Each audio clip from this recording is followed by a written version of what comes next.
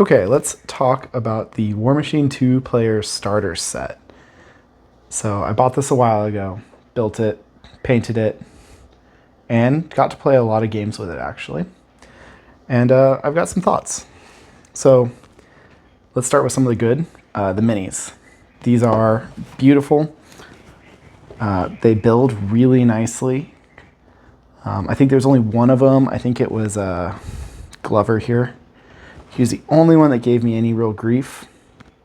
And that was like nothing. I've heard some people complain like, oh, if I had to build a whole army. No, I'd build a whole army of these easily. The Khador stuff is great. I love the Assault Commandos. The kit all looks good. The plastic was great. The detail's phenomenal. The poses are very good, dynamic. Really, really, really top tier stuff. My friend Benjamin said these might be the best plastics he's dealt with, and I tend to agree. They are that good. They're better than Shatterpoint, better than Crisis Protocol. Little hard to compare to 40K, but they're in that same quality level. The price point was also really good. You're looking at around $100 for this kit. Really good. No complaints there. From a game design perspective, there's some pros and cons to this set. The pro is it actually gives you a complete experience, which Warmachine did not have in some of its past like starter collections, right? A lot of the Mark III boxes were like a Warcaster and a couple Jacks or War Beasts. Previous 2-player starter sets were basically that plus a unit.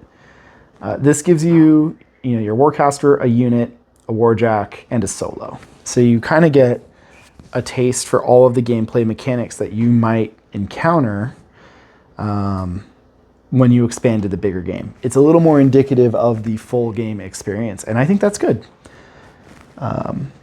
Overall, I felt like for a starter product, these two armies were relatively well balanced into each other. I think if you're a very good player, you probably have opinions on which one of these armies is better than the other. But this is a product for new players. And my experience was that it was actually pretty even. Both sides had a lot of game, a lot of spooky stuff they could do. In general, I thought the Khador was better off. But again, the demo games I played were demo games. They weren't, me versus another player who's played a million games of Warmachine. It was trying to get new players interested in the game and show them the mechanics. And so I think I've lost every game but one I've played with this, and that was kind of intentional. Just to show off all the different mechanics. And also, most people wanted to play Khador, and Vilkul here is a menace. She can assassinate you so easily. And it was really fun explaining to new players like how to do an assassination run with her on turns like 3 or 4. And it worked pretty much every time.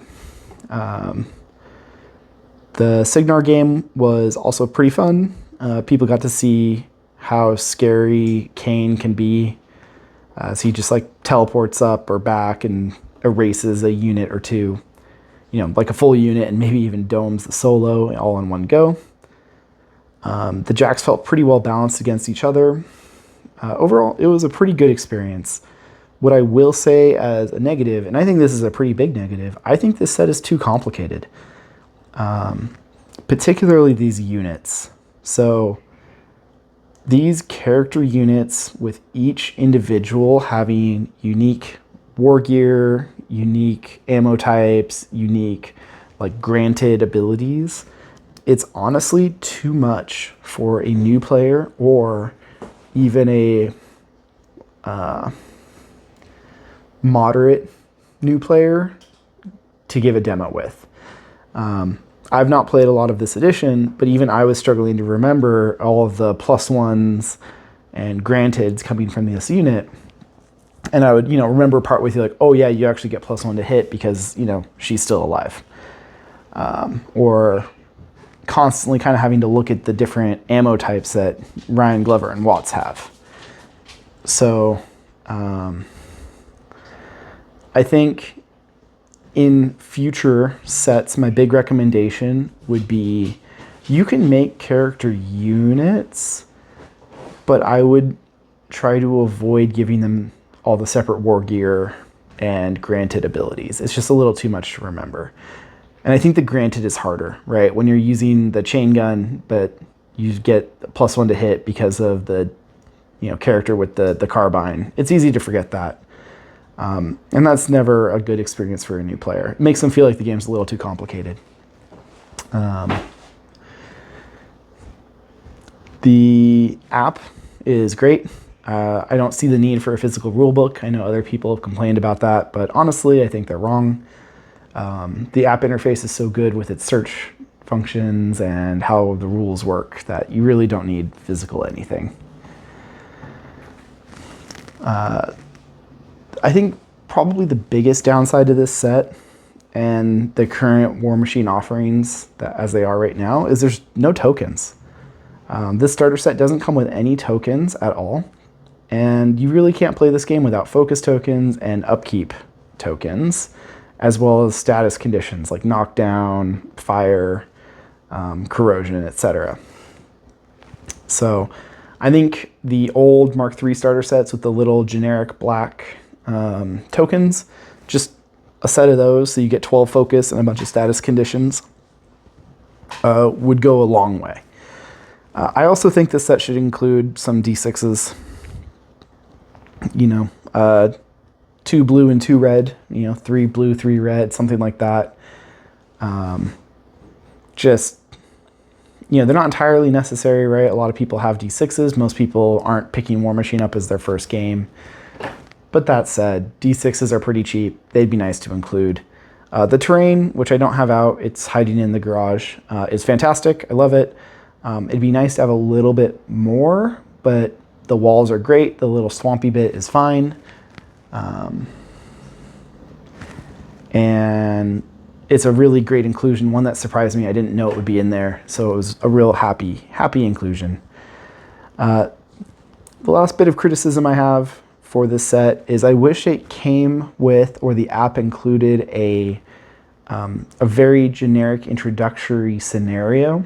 I made my own. It was kind of a King of the Hill type scenario with a circular zone and with a flag in the middle, and basic, be in the zone with no opponents to control it, be within, 2 inches of the flag and no opponents to control it, with the intention of there would never be a scenario win, but it gave you something to fight over.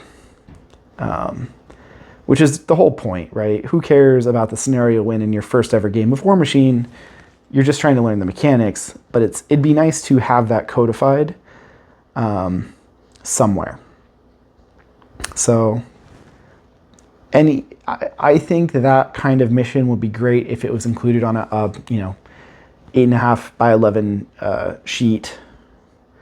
I ended up making my own quick start cheat sheet for people, and that was of dubious usefulness. So I don't know if you need that, but it would be nice to have. But all in all, to sum it up, this is a great product. It was a lot of fun to play with. I would recommend, if you're interested in Warmachine, you can start here. This is a great way to start. I'm sure the Hordes one is just as good in terms of gameplay and quality. Obviously, I've not played it yet, but this is a great kit. I would recommend it. And yeah, you should try Warmachine. It's a fun game, turns out. So good job, Steamforge. I hope you continue to make plastic kits. That's probably the biggest takeaway. I think if Warmachine was all hard plastic like this, you wouldn't be able to keep it on the shelves. So here's to hoping they do that in the future. Thanks for tuning in. Let me know what you think in the comments.